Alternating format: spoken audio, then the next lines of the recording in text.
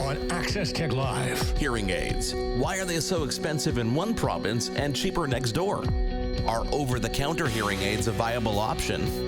And AMI TV's Alex Smyth joins us. This is Access Tech Live with Stephen Scott and Marc Aflalo. The latest in tech and accessibility every week. Follow us and get involved now at Access Tech Live.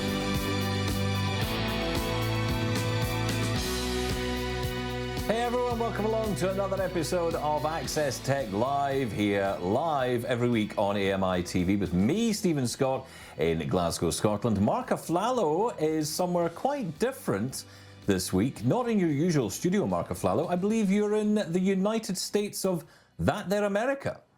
Yeah, I decided it was time to do some research south of the border because the weather was getting cooler in Montreal, and find somewhere warm to do the show from, Stephen, and to prove that we're live. So this is how I do it. I am in Miami, Absolutely. Florida. Yeah, and on Thanksgiving as well. Well, you know, I've never really experienced Black Friday in all its glory in person. So what better way to do it than come to the heart of the beast a block away from a mall?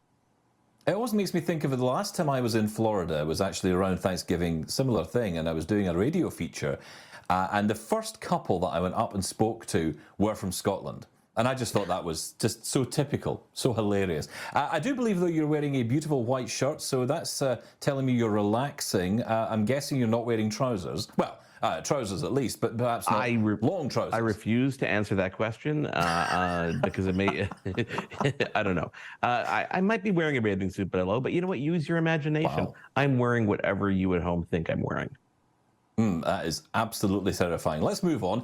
Today on the show, we're going to be joined by a very friendly face, hopefully wearing all of his clothes. He's also a friendly voice and regular voice here on AMI TV. That is co-host and producer of Now with Dave Brown, Alex Smyth. Alex will be joining us to talk about his experience with hearing aids. You heard that off the top, of course, and the idea of purchasing them over the counter. But before we get to Alex, let's get to this week's headlines. Now, Access Tech Live headlines. So the biggest story of the week is something that started last Friday. OpenAI's Sam Altman, the CEO, was ousted by the board late Friday afternoon. Over the weekend, the story unfurled a little bit further with various attempts to bring him back, to the point that over 700 people at the company itself signed a petition that they would leave the company with him if he was actually fired. In the end, Altman and the top researchers from OpenAI were offered jobs by Microsoft to head on over to the company and start their own AI research division. Now, things unfolded even further. Later in the week, yesterday actually, they announced that Sam Altman will be returning to OpenAI with a new board and a new corporate structure and governance. Oh my God, they got to start a movie, or at least write some kind of movie about this thing, Stephen. This is absolutely nuts. I'm sure we'll find out more about this, and we'll talk more about it a bit later on as well. Chloe Angus is a Vancouver-based fashion designer, and she is walking again after she lost the use of her legs to a spinal tumor in 2015. And it's all thanks to a high-tech robotic exoskeleton called ExoMotion. The first time I ever put on our exoskeleton and got to stand up and walk independently for the first time, it blew my mind, and it showed me the reality of the technology that this team has developed. The exoskeleton has the potential to completely change the world for people with motion disability.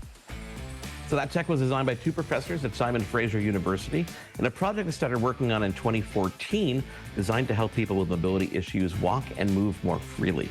Chloe discovered the project and became one of its key testers and advisors. The tech is hoped to be made more widely available in the coming months. The Lyric Opera of Chicago has introduced an accessibility initiative called the Sound Shirt.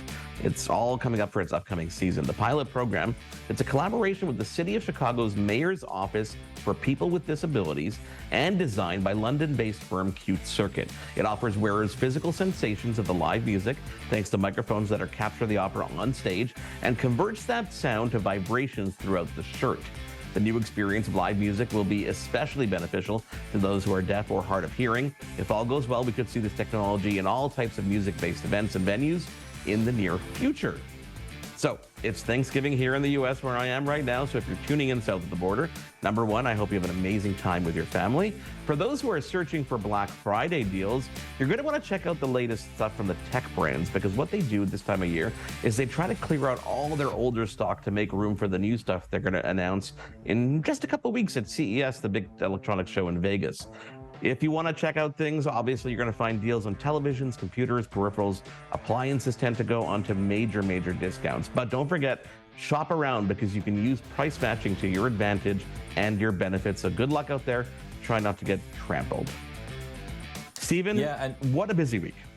It is an incredibly busy week, and you mentioned Black Friday, of course. This is the time when people do tend to go and spend money on presents and start, putting things away, or, just bag a bargain, right? That's really what it's all about. But I think it's important to say that, this is also a great time to grab a deal on some of that specialist tech. I've been looking around some of the companies that sell products for blind people, like Braille displays and all of that kind of thing, and I've been thinking, ooh, I might get myself a little bargain here. So, it's not just the big companies, it's not just the big, Best Buys and the Amazons. It's going to be other manufacturers, other retailers as well, selling lots and lots of interesting products, and, maybe even bag a bargain. Before we get into the question of the week, Stephen, I got a question for you, which is there anything that you've bought on like a Black Friday, Cyber Monday, or in Canada we have Boxing Day, that like stands out as something you'll remember forever? Oh, yeah. Well, I mean, it's the same here. I mean, look, in the UK where I live, Black Friday is just as much a part of everything as it is in the US and Canada, right? It's just part of the way we do things. I have to say, for me, it's always audio gear. I'm always looking for a new microphone or a new toy. And, I don't need anything. That's the problem. I don't need anything. Does that stop me buying anything? Of course not. Underpants, though, very useful and very, very easy to get. And I find those are often on sale, even the ones I buy. Okay, well, guess what? Today we're going to be diving into an interesting topic, and that is hearing aids. Alex Smyth is standing by. He's got extensive personal experience, Stephen. So our question of the day is related to obviously what we're going to be talking about, and something specific I'm going to bring up a bit later, which is over-the-counter hearing aids. So that question, Stephen, is would you buy over-the-counter hearing aids to save money? I'm curious about your answer. We'll get to your answer later, Stephen. But the audience, you at home, I'm curious to know what your answer is. So if you want to connect with us on social media, it is at Access Tech Live. You can find us on pretty much every platform. And if you want to email us, feedback@accesstechlive.com is our email address, and we'll get to your answers later on in the show. Coming up after a quick break, we dive into the headlines. And after that, Alex Smyth is going to be joining us to talk all about hearing aids. Stick around. We want to hear from you. Follow us on social media and get involved at Access Tech Live. We'll be right back.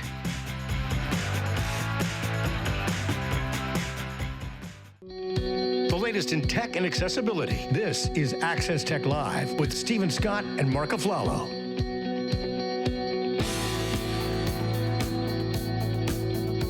Hey everyone, welcome back. Now, it is hard to ignore the biggest episode of Silicon Valley that has been going on this week in real life. Succession. I have to say, one of my favorite shows from HBO is Succession at the moment, and I've been rewatching it again. It feels like all of that is happening as we speak. Of course, I'm talking about OpenAI, as we talked about in the headlines. And to be honest, Marc, even at this stage, the story hasn't settled. We haven't really got to a final, okay, so here's what happened, and this is the conclusion. No, and so let me summarize this for you, give you a little bit of a timeline here. So late on Friday afternoon, Sam Altman was sent a Google Meet invite. Everybody's joking about that because Microsoft's so involved in their meeting on Google. And he was fired. Didn't use Teams. He was fired, and it was announced pretty quickly. And over the weekend, what was happening was pretty much everybody at the company, about 700 employees, said that we're going to stand behind him, and we're going to quit if he's actually fired. You got to bring him back. So it ended up a lot of stuff going back and forth and a lot of rumors spreading around. And Satya Nadella, the CEO of Microsoft, stepped in and he mediated a couple conversations that happened, one on Saturday and one on Sunday. And Sam Altman actually put a 5 p.m. Pacific deadline on his return to OpenAI. And that ended up with what we thought on Sunday was Satya Nadella announcing that Sam Altman and his co-founder and about anybody who wants to go with him really could come and start a research division, AI division at Microsoft itself. That's where we thought things ended, and it seemed like they wanted to get that out of the way and just done before the stock markets opened on Monday morning. So fast forward, Monday morning, we find out this happens. And then a couple days later, literally yesterday, we find out that behind the scenes, they were working to get Sam Altman back at the company. And there's actually a deal in place now where he's returning to OpenAI. They're firing pretty much everybody except for one person on the board. They're all going to be gone. There's going to be 3 new members brought on. And this is a temporary board that is going to be there to instate a larger board that everybody's going to have a more fair seat on. Now, the interesting thing about this, Stephen, is that Reuters is reporting that a couple days before the firing, several staff researchers, and I'm going to quote this here, wrote a letter to the board of directors warning of a powerful artificial intelligence discovery that they said could threaten humanity. 2 people familiar with the matter told Reuters.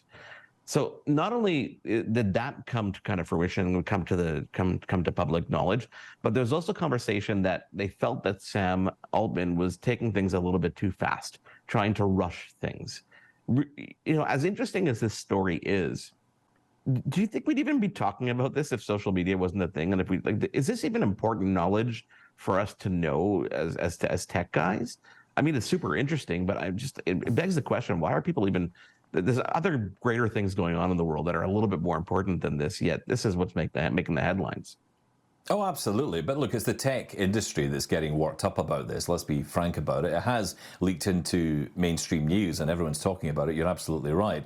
I do think we're interested in it, though. I think because people have this assumption that AI is going to kill us all. And any suggestion that brings that to the fore, even if it's just a tiny little bit of information that says, hey, you know what, it's true, it is going to kill us all, and here's the proof, then that is perhaps what will get people interested in this story, because that's really ultimately what this comes down to for most people. OpenAI and ChatGPT have become so much part of the conversation, bearing in mind we're only 1 year into having a proper discussion, from the very beginning of what we know as OpenAI and ChatGPT. It was 1 year ago this month that we started hearing about it. And 1 year in, we're talking about it as if it is the most important company in the world. And it may well be. But it is interesting. Should we care about it? I think we should. It is a little bit of a gossip story. I think what I'm more interested in is that report from Reuters, which says what was happening, because I was more interested in why he was fired. And that wasn't clear up until now. Yeah, and even that, is a suggestion, and I think a lot of people are jumping on the media bandwagon and taking advantage of the spotlight that's on OpenAI now to bring out whatever they possibly can that might work for or against the company.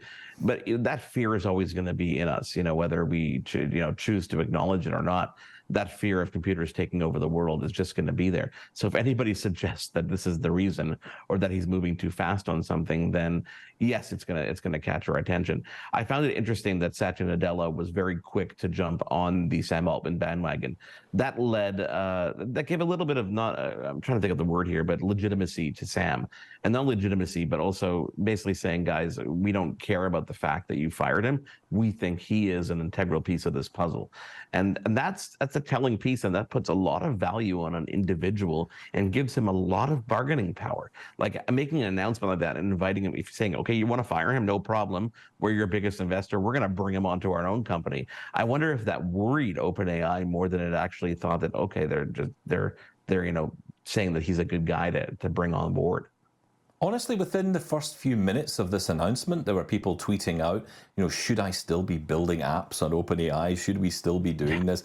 And it's interesting, you asked me a little bit about the social media side of it. Things have changed a lot because, of course, when Steve Jobs was ousted at Apple, we didn't have that kind of machine in place where people could instantly react and, people could therefore find out what was going on and respond as quickly as they did.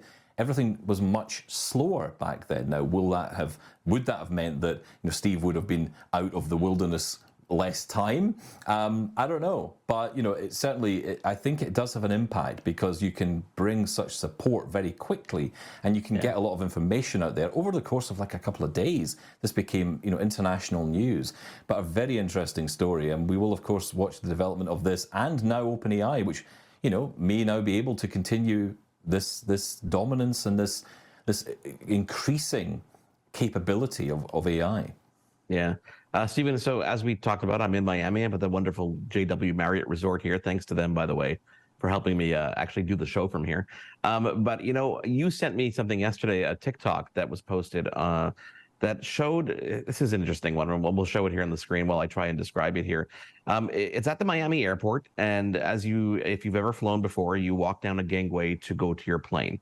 Planes are technically, 3 floors off the ground, so you walk down this giant gangway, and a lot of the time, especially lately, people bring carry-on bags to the door, and sometimes they're told, okay, you got to check that it's too big, so we'll tag it, bring it to the door, or if you've got a stroller, for example, or in the case of what we're about to show, a wheelchair, then you have to leave it at the door of the plane, and they'll bring it and they'll put it underneath the plane. How they do that typically with baggage is that there's a stairwell outside that gangway, and parallel to the stairwell is a slide. And they literally slide down baggage from the top down about 3 floors height down to the bottom where someone who handles the bags will take it and throw it on a truck or throw it on the plane. This TikTok shows a wheelchair going really, really, really fast from the top of the plane, smashing down to the bottom where it goes flying off the slide. And then you see a baggage handler go grab it, kind of look at it like, okay, what just happened here? And then go throw it onto the cart that's going to take it to the plane. Obviously, this is just an insane thing that we've been seeing on and on again, but we've never actually seen the handling of a wheelchair. We know that they've been mishandled. We know that people's livelihoods require this to arrive safely on the other end to make sure that their independence, their sense of independence is there. But we've never really seen what's happened. And now we're seeing firsthand this wheelchair go flying and being utterly destroyed. And it just brings this anger in me, and I know in other people who are going to see it or just hear me explain it, as to why this is still going on. Shame on American Airlines for doing this, number one, or the people who actually threw the wheelchair down. This is just not the way you handle anything. Can you imagine if my equipment was thrown down that on a slide that I needed to broadcast from here today? It wouldn't be there in one piece. It would be destroyed. So I'm wondering, at what point things are going to change when it comes to accessible travel. When are we just going to see respect, not only for wheelchairs, but for anything that we're traveling with? No one knows what's in my bag, what's important, what's not, what the value is. Why isn't there a better method? I take your point, and I do. I think what I would say is that, the way I look at it is, don't think of it as your equipment in your bag that's being chucked down there. Think of it as being your legs. Because that is what a wheelchair is for someone. It's their ability to get from one place to another. And if someone is just throwing that down there, down that ramp, and it is just smashing it at the bottom, landing on the ground, being broken, we're talking in some cases thousands upon thousands of dollars worth of equipment. I mean, the cost is irrelevant, frankly. It's not irrelevant to the person who has to spend the money to pay for it, but it is irrelevant in that moment because that has just disabled that person even further. That person might not be able to get from one place to the next, might not be able to continue their onward journey without assistance. And how long they'll have to wait to either save up for or get the money back to actually go and get another one of these things. And I really don't know how you move on from this. I don't know how you can train people, because to me it's common decency to look at a wheelchair and not treat it as if it's a play toy. I really don't know how you get around that. I don't know how you deal with this problem, because it is beyond appalling, frankly, the way that these devices and these items are treated, and these people are treated as well. Perhaps it's, I don't know, sensitization, training of some kind. I don't know. It just, as you said, I'm kind of bewildered, and my arms are kind of up in the air because I'm not really sure either what to actually do with something like this or how you actually fix this problem. But we know that attention like this, although negative, attention definitely does bring to light the fact that this, happens. It happens on a frequent basis. So it's pretty nuts. Yeah. Guys, coming up after a quick break, Alex Smyth has been patiently waiting. He's going to be joining us. He is the co-host of Now with Dave Brown and the producer, and he's going to talk all about hearing aids and especially over-the-counter hearing aids. So do stick around. This is Access Tech Live. We're back in a moment. We want to hear from you. Follow us on social media and get involved at Access Tech Live. We'll be right back. The latest in tech and accessibility. This is Access Tech Live with Stephen Scott and Marc Aflalo. Welcome back to Access Tech Live. I am Stephen Scott. Marc Aflalo is with me as always this week, and time now to welcome our guest in. He's a familiar face and voice on AMI TV and a great friend of the show.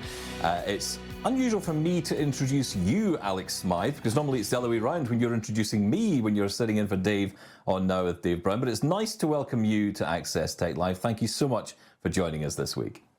Oh, thank you both for having me on. It's the first chance I've had. I'm excited to be here and chat all about hearing aids with you both. Yeah, well, exactly. And it's such an interesting conversation to have because I think, we don't really think about the technological side of hearing aids too much.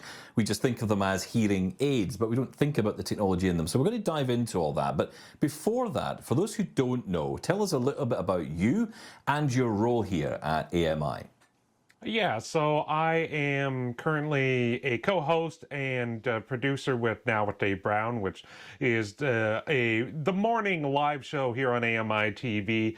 And I've been with AMI for over 6 years now. I first originally started as a broadcast presenter / reporter with AMI This Week, and I was based out in Edmonton, then eventually came back over to Toronto and worked on a bunch of different project across AMI. And yeah, for myself, I've been a hearing aid user since I was about 3.5 years old. I live with Usher syndrome, so that is a combination of retinitis pigmentosa coupled with hearing loss. It is a genetic disorder impacting both the development of the eyes and the ears.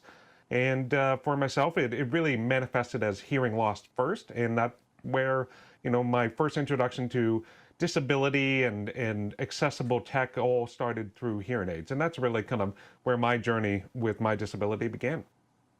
So, Alex, was your first experience with actual hearing aid use when you were diagnosed with 3? So I originally, it would have been back when I was like 3.5, 4 years old. I basically, the story I always tell is the fact that I remember distinctly being, down on the main floor of my house, and my mom was on the second floor, looking down at me over our open kind of staircase, and she was asking me something. I kept saying, "What?" At first, she thought I was being smart and causing problems, but then after like the third or fourth time she mentioned it, I kind of remember distinctly her facial expression changing into worry, and so soon after that, we got connected with an audiologist, and I kind of discovered I was suffering from hearing loss. And so that was really the first introduction that I had in terms of not being able to hear and not knowing really what the true cause of it was, and then getting connected and soon enough paired up with hearing aids and being able to hear better because I had hearing aids that I could wear and it would amplify everything around me. So what's changed since then, Alex? Because, I think about the technology and how it's evolved in a very short space of time to some degree. I mean, we all remember those cell phones that started off like briefcases, right? I can just imagine how hearing aid technology has evolved. Oh, absolutely. Specifically when it came to, there's a few different kind of real innovations that have taken place since I've started wearing in like 93, 94. The big one was switching from an analog hearing aid to a digital hearing aid. That technology was groundbreaking. The quality of sound increase that came with that was huge.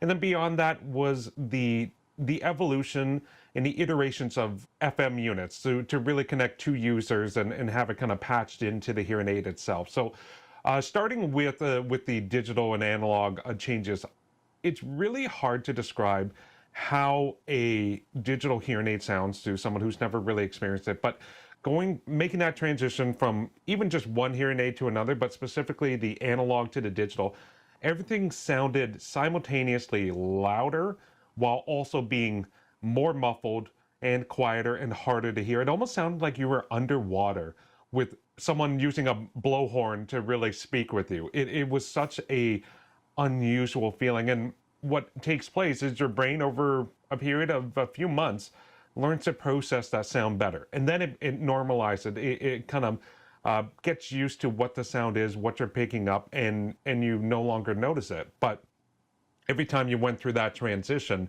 it's that process again that you have to get used to this new sound. So that was one huge innovation. The other one, as I mentioned, was the FM units. The first one I remember wearing in elementary school was basically like a Walkman. I had the two plugs in the back of my hearing aids. I wore a belt that had the FM unit on my hip, walking around being able to hear the teacher who had to wear a similar getup.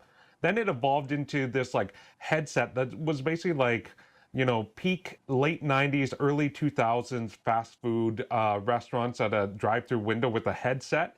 So that was always like the kind of descriptor there. And then slowly it became more and more wireless, more compact, to the point now that, you know, a very simple device would just be something, whether it's in a hidden piece on the person who's wearing the unit, or it may just be disguised within the hearing aid itself or another device that doesn't really draw attention to itself. So that's really been the evolution from when I started first listening to and using hearing devices to now.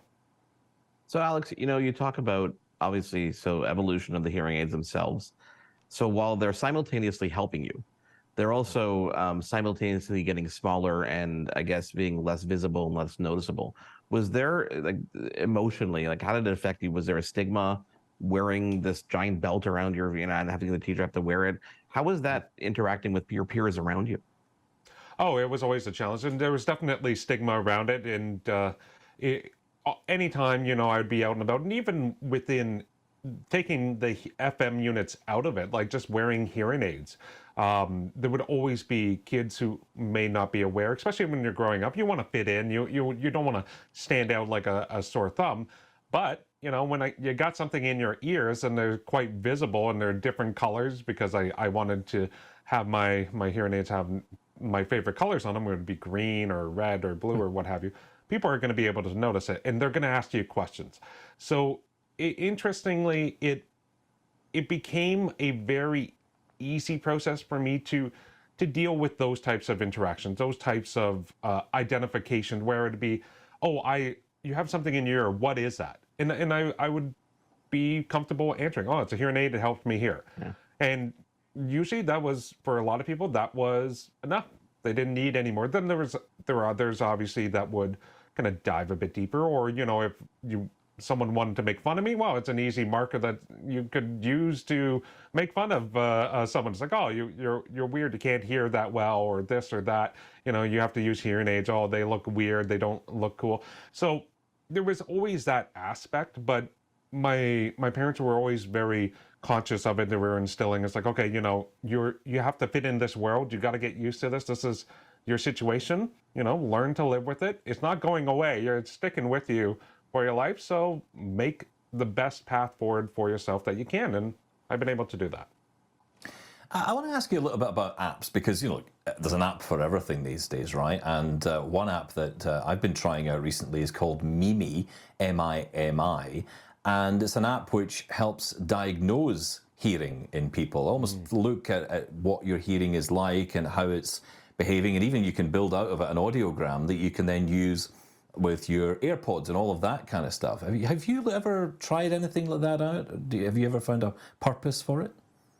You know, I've never really messed around with the apps, with the Bluetooth, things like that. I've always been very hesitant. And part of that really stems from the fact that even as I speak to both of you now, I wear a set of wired over-the-ear headphones. Now, my hearing aid technology and the technology of today, very easily, there could be a Bluetooth connection to the computer that doesn't require headphones. I like having a sense of control over what I'm hearing when I'm hearing it. If there's ever a situation where, let's say there's an emergency or something comes up immediately, I can just throw off my headphones and I can hear the environment around me.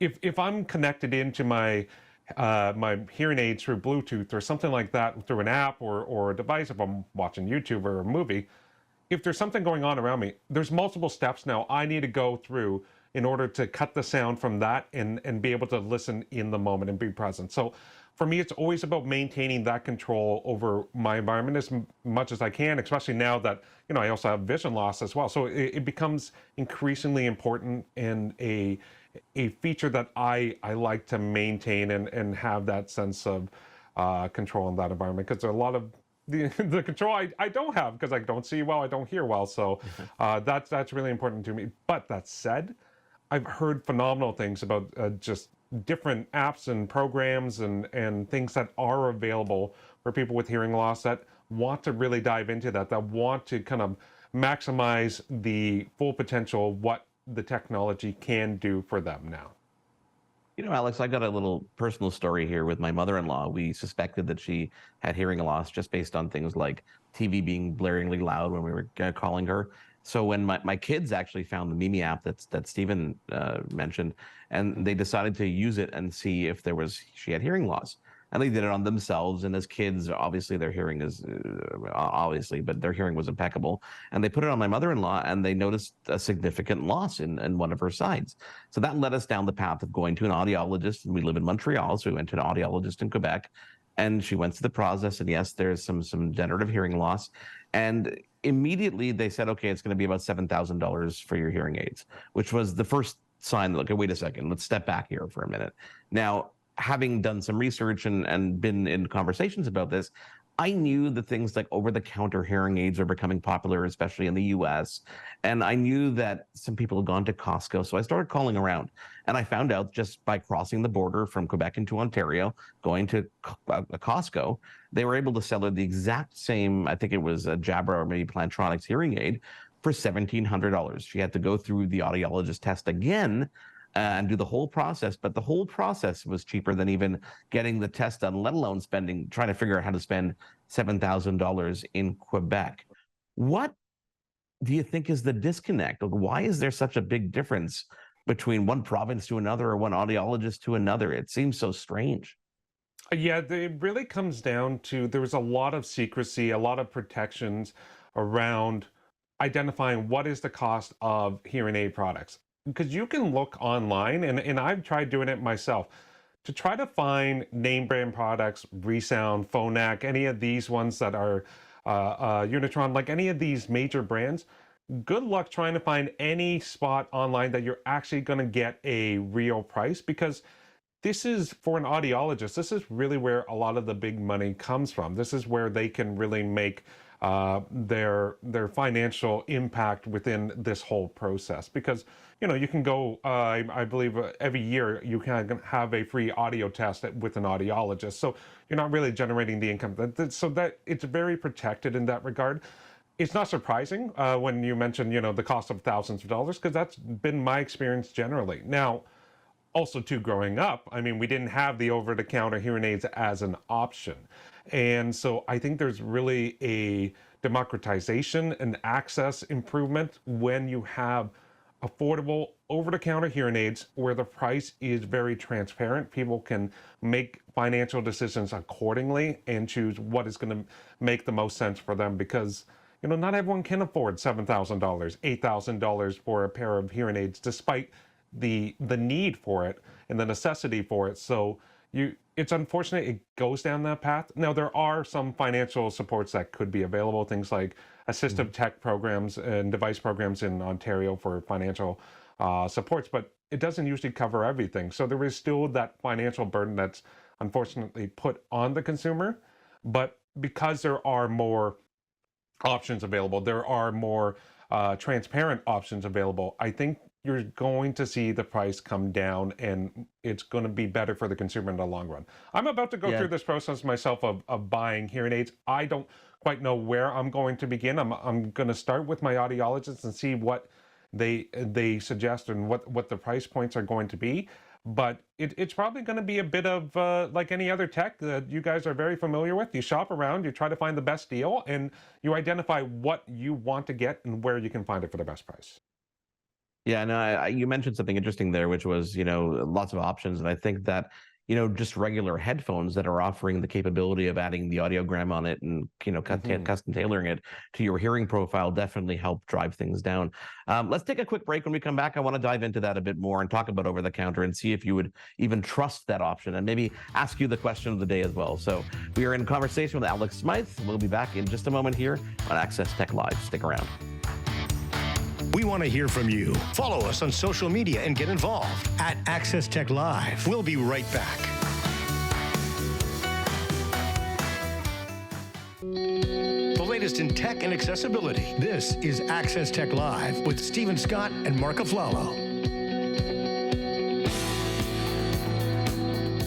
Welcome back to Access Tech Live. Alex Smyth, co-host and producer at AMI, is still with us. Alex, I just want to pick up on something you mentioned just before the break there. You were talking about your own decision to decide what to do in regards to your hearing aids. And I wonder, since we've been talking about over-the-counter hearing aids becoming more popular, and certainly cheaper in the US for sure, would you be comfortable buying something like this that you had to set up and configure yourself? Okay, granted you'd have to get the audiologist involved a little bit, but this would allow you to essentially bring these home and set them up on your own. Would you be happy with that?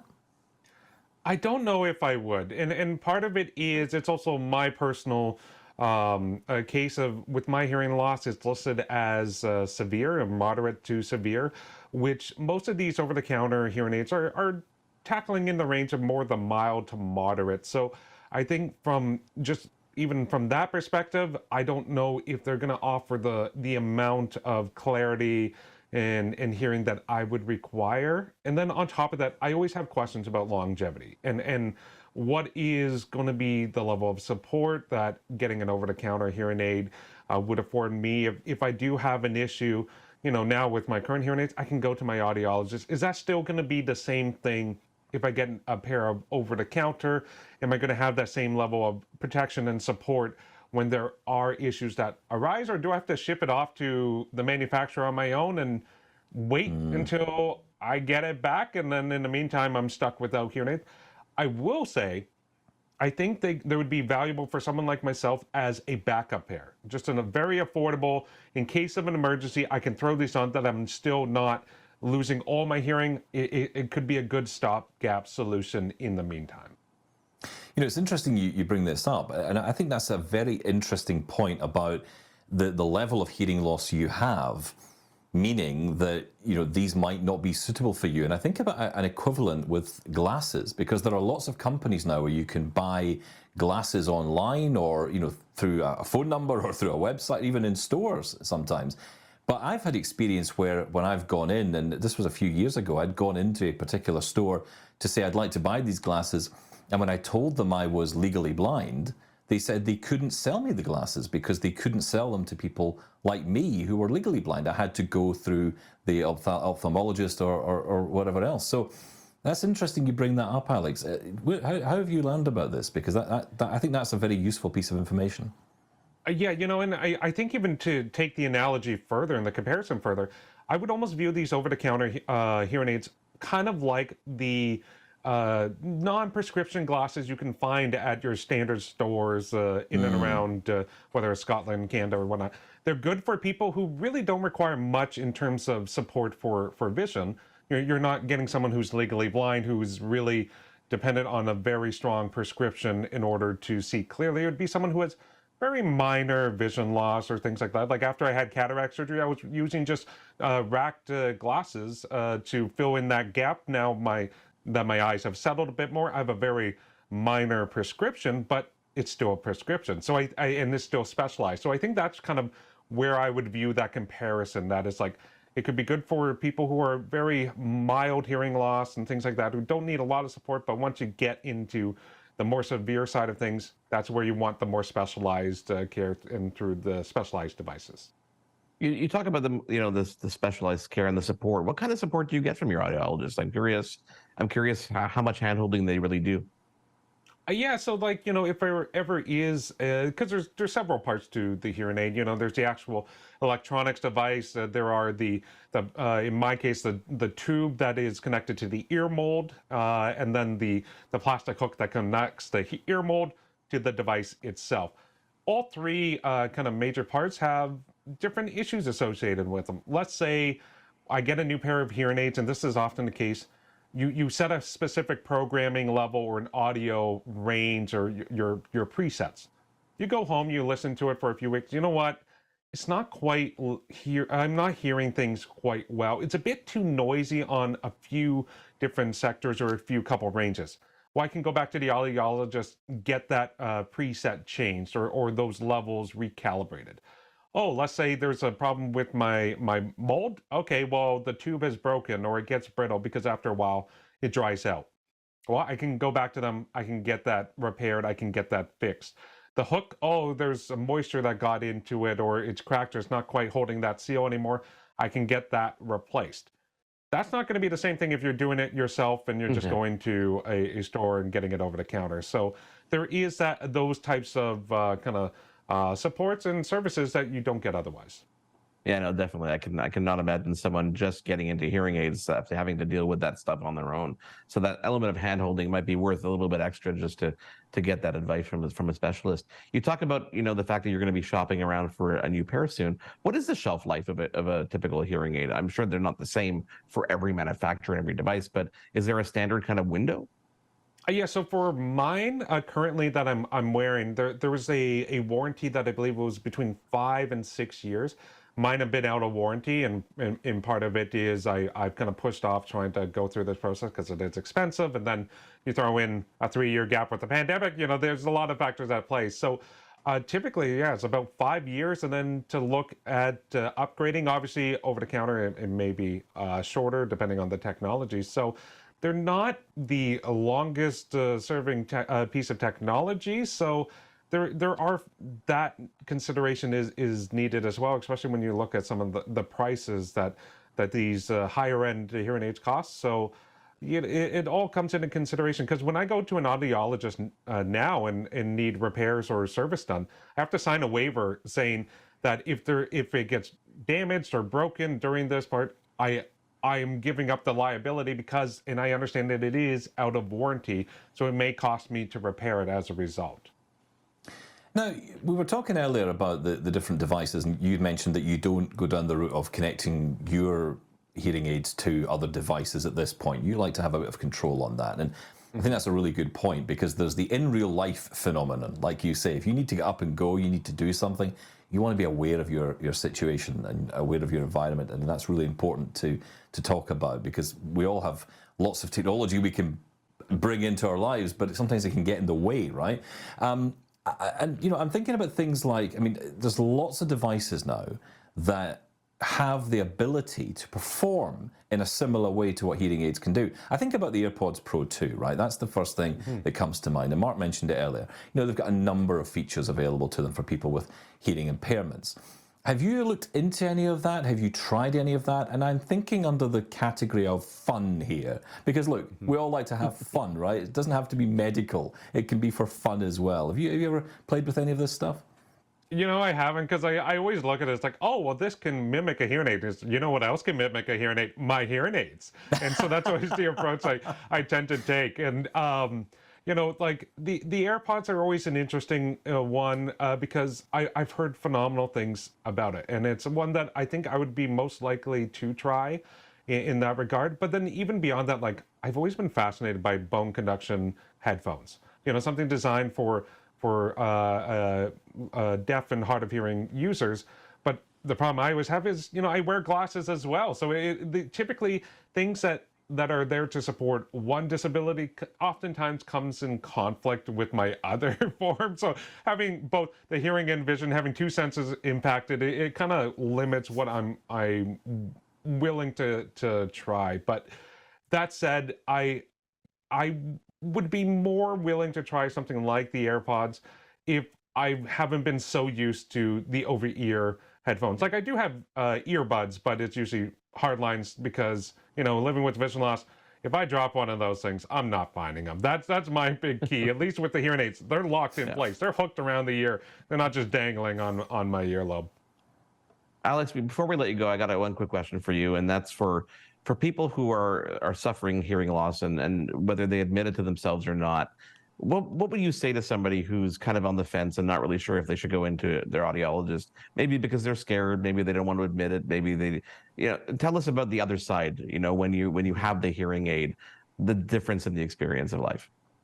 Yeah, it makes a huge difference. Like, the fact that having lived with hearing loss over 90% of my life, like, I literally am able to blend in conversations, and oftentimes the number of times people have told me, I completely forgot you have hearing loss, and it never comes up because the hearing aids do such a great job that I hear 98% of all conversations. And if you are suffering from hearing loss and you get self-conscious of having to constantly re-ask, what did you say? What do you mean? You may not even be aware of the level of isolation that you put on yourself because you want to avoid those types of situations. The technology is as good as it's ever been. It will make it feel like if you had full hearing before, it will make it so you're almost at that point and you forget that you suffered hearing loss, and you can feel interconnected in ways in conversations and out in public that you may have been suffering and missing and you haven't even been aware of it. Alex, thank you so much for taking the time to join us. It's nice to be on the other side of the conversation for once, as opposed to being interviewed by you. You're welcome to come back anytime, so no invitation needed. That is Alex Smyth, everyone. You can find him, of course, on great AMI TV programming. We're going to take a quick break. We're going to come back and answers to your the question we asked you. Would you buy over-the-counter hearing aids to save money?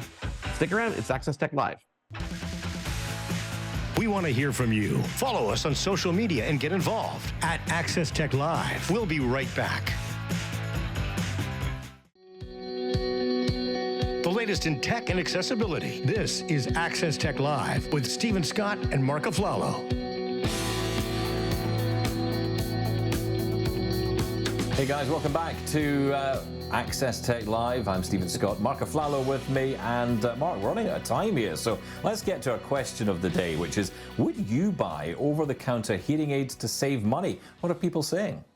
Well, we got a message here from Ronnie, who writes, if it's a reputable product sold from a reputable retailer like a pharmacy, then yes, but I'd much prefer buying that from an audiologist that actually knows what they're doing. I guess that's pretty common ground. That's exactly what Alex was telling us, right? Yeah. Richard writes, when I get the reason, I still think I prefer to work with a professional to get something like this working properly for me. Again, I think everybody's pretty much on the same page here, right? Celine writes, having had hearing aids for almost 30 years now, I'd probably be comfortable buying them over the counter and having someone help me configure them. So yes. So I guess that led us to the experience side, right, Stephen, where if you have the experience and you kind of have a good handle on what you're doing, then you might be a little bit more amicable to, picking stuff over the counter and only getting help when you need it. Yeah, it feels too new at the moment. Yeah, exactly. James Van Gent writes, a mild hearing loss maybe, but when you have someone like myself who has severe, profound hearing loss, it will not work. You need the sophisticated, programmable hearing aids that fit their needs. Again, so everybody's pretty much on the same page here. If you don't know what you're dealing with, it's the first time, you're probably going to want to go see an audiologist who knows what they're talking about. Do what I did with my mother-in-law. Shop around. Definitely shop around, because as Alex alluded to, there's not much transparency in this particular field. So someone's hiding that profit margin somewhere. And clearly retailers like Costco, which, by the way, I found out, Stephen, was one of the largest retailers in the world that are purchasers of hearing aid technology. So definitely a place to start if you actually feel like you have any kind of loss whatsoever. It's a growing market for sure, but as Alex says, if you're in that severe hearing loss category, you probably want to go and see an audiologist. But it is good for those people who have got mild to moderate hearing loss, and that's an important takeaway that I've taken from this today. Very interesting conversation with Alex today. Yeah, it's one of these conversations that I feel we could probably talk for another hour or so. You also brought up that Mimi app, and I think that's important for people to realize that there are tools that you can download that are free right now available for you to check if you are concerned or you're worried about whether it's yourself or a loved one. It's a 5-minute process that just plays little tones in different ears, and you tap the button. It's kind of just like being at an audiologist yourself, and you will determine if there is something going on, and it might lead you down the road that you need to go. And as Alex said, there is positivity on the other side. Yes, there's stigma around having a hearing aid, and yes, people don't want to have to wear any kind of assistive device, but if it can make your life better and experience better, then why wouldn't you do it, right? Yeah, I think that's the big change is coming, right? There is a stigma for sure with all of these kind of things, but equally it's important that we understand the tools that can make a difference to us. And this clearly can. And like you say with the Mimi Hearing app, you can so quickly test it, and you can retune your AirPods so it makes a nicer listening experience, even just like right away. Happy Thanksgiving to everybody south of the border. Thanks to Marriott for letting me set up here, Stephen. And thanks to everybody on the show this week, Alex and Stephen. On behalf of everybody, we'll catch you next week on Access Tech Live. Thanks for tuning in to Access Tech Live. Follow us online at all social media at Access Tech Live. Email us feedback@accesstechlive.com. Hosted by Stephen Scott in Glasgow and Marc Aflalo in Montreal. Written by Stephen Scott and Marc Aflalo. Live show director, Anastasia Spalding Stenhouse. Technical director, Caitlin Robinson. Audio, Jordan Mulgrave. Live graphics and playback, Kingsley Juco. Graphics coordinator, Eliza Rocco. Integrated described video specialist, M. Williams. Supervising producer, Michelle Dudis. Copyright 2023, Accessible Media, Inc. An AMI original production.